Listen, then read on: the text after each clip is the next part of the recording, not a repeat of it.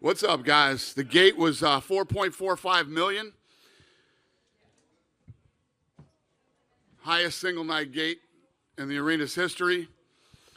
21 consecutive sellouts. 19,442 in attendance.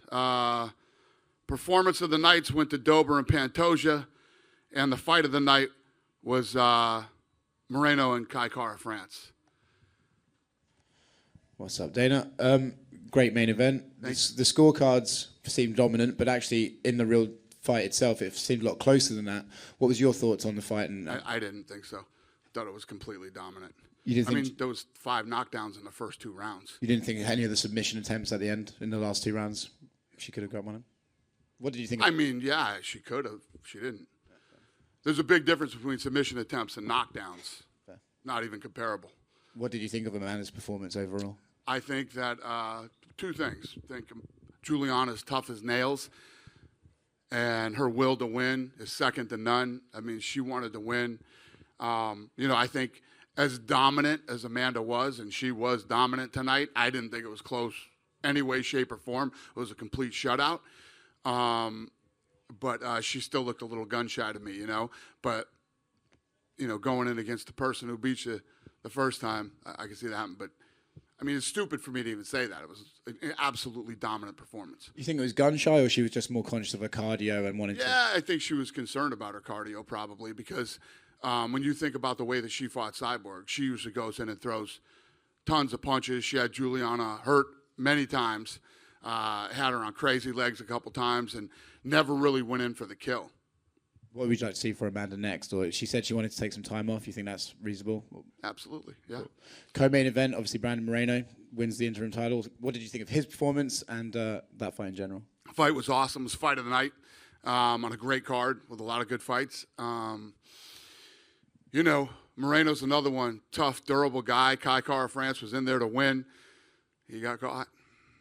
So they're obviously going to do the 4th fight with Figueiredo. I know that traditionally we don't like to see those fights 4 times, but is that a fight that's so good we could just see it play out over and over? 10 times. Yeah, it's one of those unique, freaky deals where who doesn't want to see that fight again? It's just yeah. And I'm the worst with that shit. I hate that stuff, If you got a guy who's up 2-1 or whatever, you don't ever need to see that fight again, ever. But this is just one of those weird ones that you can. What did you think of the Derek Lewis stoppage? Did you think it was too soon? I think it was too soon. But to be fair, Murgliata's a great ref. The way that he fell, probably 9 out of 10 of the people in this room would have jumped on him and stopped the fight, so including me. No. Last one from me. You have a saying that you put on fights every weekend. I don't know if you saw the news, but apparently not everyone can do that. The Jake Paul fight ended up being cancelled a week out from the bout. I wondered if you had any thoughts on it, and I know how much you love being asked about it. Nobody can do that. Nobody can do it. And, I'm not going to sit up here and be happy or gloat that their fight fell out. Both those guys, I'm sure, put in a lot of hard work and a lot of training to get ready for this fight, spent money to get ready for this fight. But I will say this. Just because you were an accountant here doesn't mean you know what the fuck goes on here. And doesn't mean that you can run a fight promotion company. I think that Jake Paul probably needs to get some different people around him. If he's going to stay in the sport, he needs to be with guys that actually really know how to put on fights. What did you make of the whole his opponent was too big and I think they sold under $1 million in tickets and it cost $500,000 to turn the fucking lights on at MSG. That's what I think. Oh, not to mention the fact that hotel rooms in New York and transportation and everything else is very expensive. Yeah. You would know better than me. Do they get that money back if they put a deposit on the Garden, or do they have to rearrange the date, or how does it work if you cancel out an event this close to fight night? It depends on their deal with MSG. I don't know. That's up to them and MSG. I don't know what their deal. I know what my deal is. I don't know what their deal is. Right. Thank you. Yeah. Dana, right next to him. Is there an update on Anthony? I know he injured his leg. We didn't know if it was a break or anything. What's the question? Was there an update on Anthony Smith? He hurt his leg in the fight. Yeah. Did anybody? Yeah. No fracture. Then Ankalaev was back here. He called for a title fight in his last fight, ended up fighting Anthony Smith instead. He said he's all right. Let me answer that question. Okay, where is that actually? He says, what do I got to do to get a title? Well, you were number 4.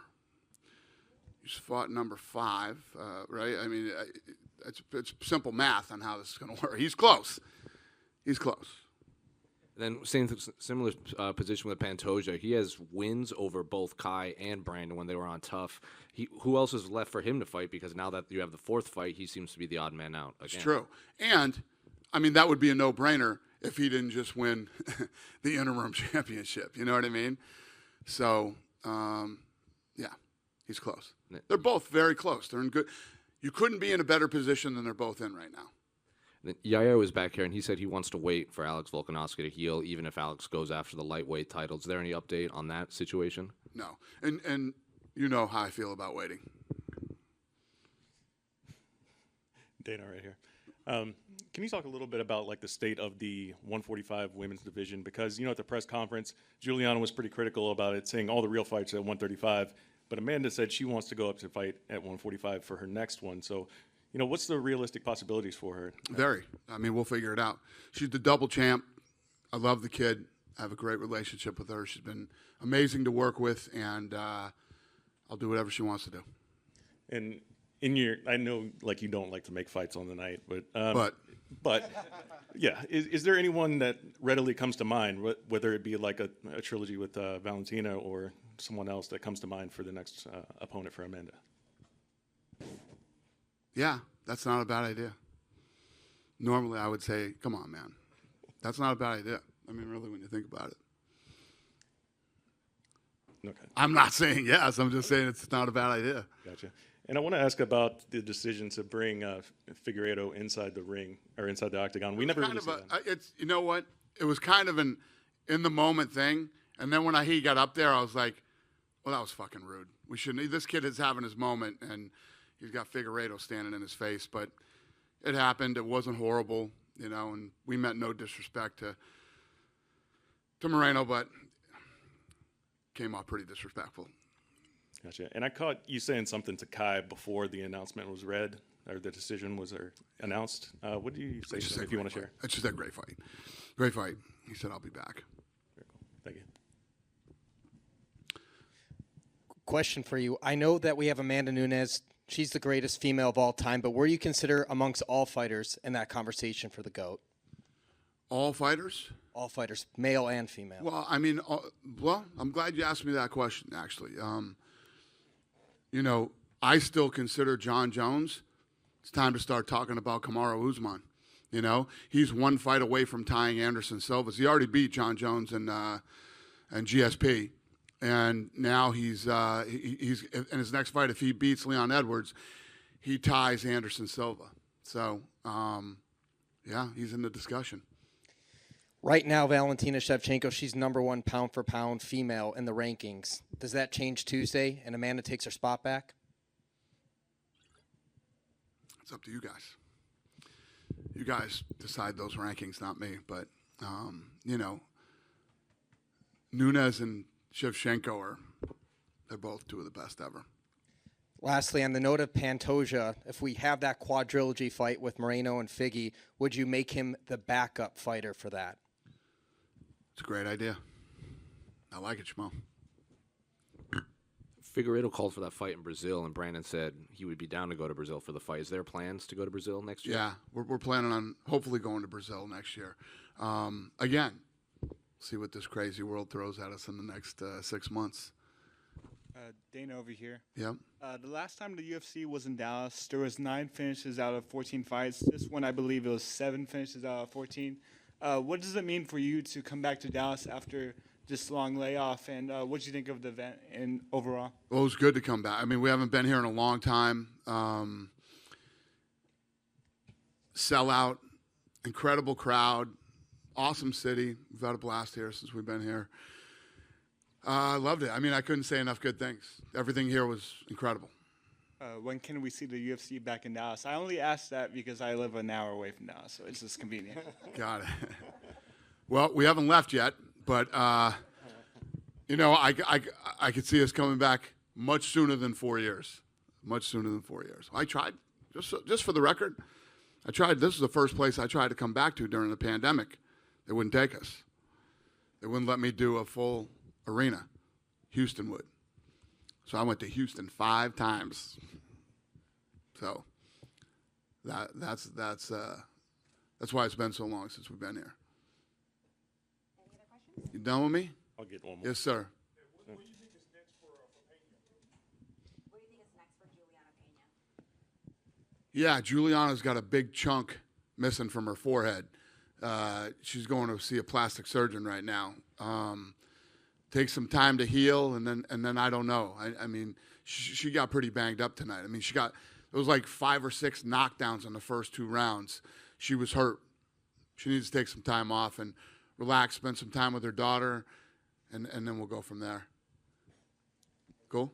Dana over here. Yeah. What'd you think about Hamdi Abdul Wahhab's performance? He's now the first UFC fighter from Egypt, and now he's gotten the first win as an Egyptian fighter. That was a badass fight, too. You're talking about two big dudes with some serious cardio, man. Yeah. What's the question? What do I think? I think it's awesome. Yeah. Yeah, I mean, if you look at what's going on over in that region right now with not only this company but the sport, I said 10 years ago you're going to see some good guys coming out of this region, and now we're really starting to see it. So I just expect it to grow. We're going to first of all, and I'm glad you asked me that too. This made me think of this. Abu Dhabi is literally almost sold out. So for anybody that wants to get tickets and whatever, they're doing like VIP packages right now. Get your tickets now if you want to go. Number one. Number two, when I get there, I've been talking about this for a year. Now when we get there, I'm finally going to make all these big announcements that I've been waiting to do. Me and the government over there are ready to roll. We're ready to announce, so I'm excited. And once we implement all these things that we're working on over there, to your question, it's going to be huge for local fighters out there. Yeah, and then what do you think about where do you go from now with Derek Lewis? Because he suffered that first round loss, but it could have debatable that it was an early stoppage. I like the ref, but I wouldn't debate that was an early stoppage. It was definitely an early stoppage. When you jump right back up like that and you're ready to go, and listen, he was a little rocked, but no more rocked than Juliana was. 3-4 times during the fight, and she fought 5 rounds. Murgliata made a mistake, and it happens. But yeah, so I don't think it diminishes Derek Lewis at all. I would have liked to have seen that fight go on. So do you think he kind of keeps his ranking right now in the heavyweight division? It's a good question. I mean, that's up to you guys. We'll see what happens on Tuesday after you guys do the rankings. Thanks. Cool. Dana, following up here on the Dallas question. I saw an article on Dallas Morning News, I believe, where they talked about AT&T Stadium. And you said that, I guess that's a possibility that you've tried with Jerry Jones, but not yet. So is there a timetable for that venue, considering, Canelo has fought there twice, Manny Pacquiao, you're a boxing fan as well. So as far as AT&T Stadium, when can we possibly see that? Yeah, we've been talking, Jerry and I, for 10 years about that. But it's just, you just got to, here's my thing. I'm all about the experience. I'm all about the right experience. I'm not about throwing 100,000 people in a stadium to, like in here tonight. Even if you're in, the cheapest seats, you're still part of the fight. I mean, if we do it at Dallas, Texas Stadium, it's gonna be like watching guys fucking ants fight on this thing right here. You know what I mean? If you're in the wrong seats.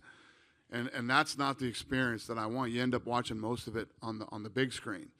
I like arenas. I like, I like tonight. I like fields like that. I like 15 to 25,000.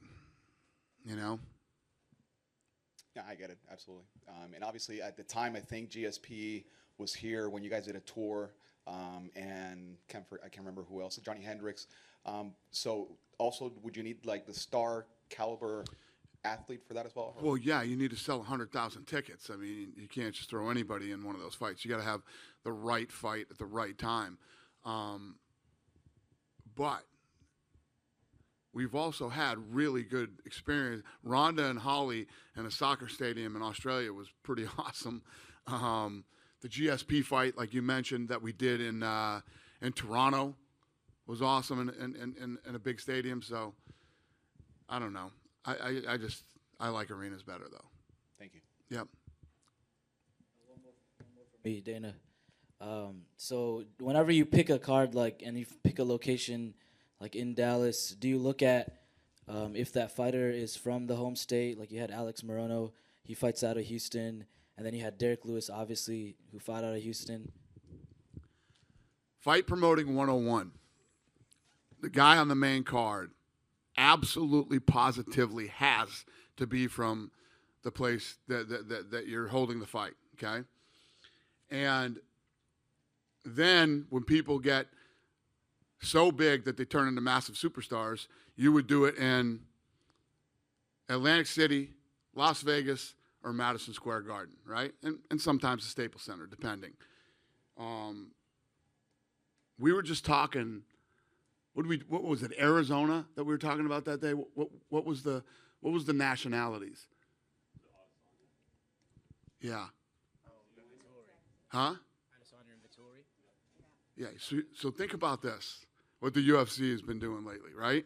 We're in Arizona with an Italian from fucking Italy, right?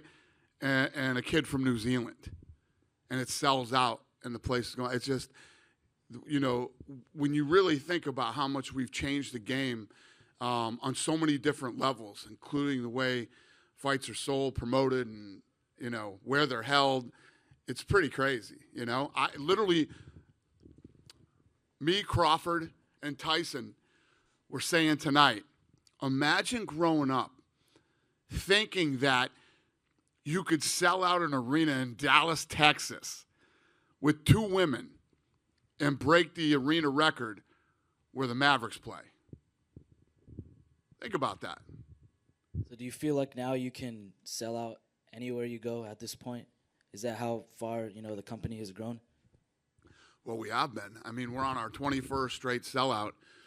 I wouldn't be as arrogant to say that I think we could sell out anywhere we go. But we're on a hell of a run. Just going off of that, Dana, does that mean promoting has, in your experience, become easier as you guys have gotten bigger, or harder because people see how big you are and are harder to deal with? It's never. Let me tell you what. This thing is anything but easy. You know what I mean? It's why so many people.